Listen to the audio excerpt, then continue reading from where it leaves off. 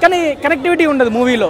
మనం దీనికి కనెక్ట్ అవుతున్నాం, అరే ఈ మూవీలో ఈ పాయింట్ కనెక్ట్ అవుతున్నాం అని ఒక పాయింట్ ఉండాలి కదా, దానికి కనెక్ట్ అవ్వం. వైష్ణవి క్యారెక్టర్ కూడా అంత బాగా అసలు క్యారెక్టర్లో అంతగానం అనిపించలేదు.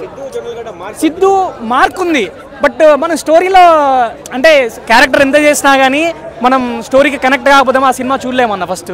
సో మనం ఆ స్టోరీ ఎంత గ్రిప్పిగా ఉంటే మనం సినిమాలో కనెక్ట్ అవుతుంటాం. అసలు స్టోరీ వెళ్ళిపోతుంది కాబట్టి మనకు కనెక్ట్ కాకుండా ఉంటాం.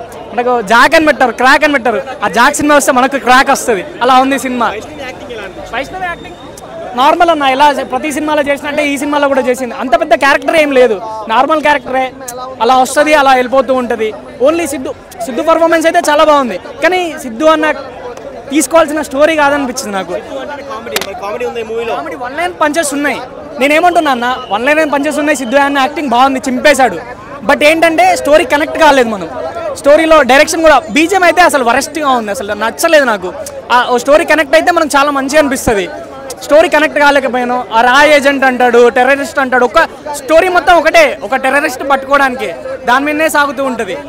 అంతకుమించి ఏం లేదు. ఓన్లీ రా ఏజెంట్, టెర్రరిస్ట్, ఒక కామెడీ, వేరే వాళ్ళు. సిద్ధు అన్న కామెడీ బాగుంది, బట్ అది ఒక 1 minute అయిపోతుంది. సో పెద్దగా స్కోప్ అనే లేదు సినిమాలో. రేటింగ్ అంటే 2 అన్న బ్రో, 2. Thank you. కాకపోతే తీయచ్చు, దేశం కోసం ఏదో ప్రయత్నం చేసాడు భాస్కర్ గారు. కాకపోతే ఆ స్టోరీని తీసే విధానము, అదేవిధంగా మన జొన్నలగడ్డ సిద్ధు గారికి సెట్ అయ్యే విధానం మాత్రం తీయలేదని నాకు అనిపించింది.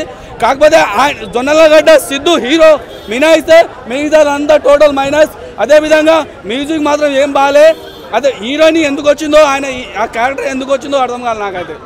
కాకపోతే టోటల్ 2.5 ఇస్తాం మనం రేటింగు. సినిమా మొత్తం టోటల్ పెడితే కాక ఈ మెయిన్ క్యారెక్టర్, ఈ సినిమా మొత్తం ఈ పెద్ద క్యారెక్టర్ ఎవరిది ఉంటుందంటే ప్రకాష్ రాజ్ గారు ఉంది, ఆయన మీదనే నడుస్తుంది.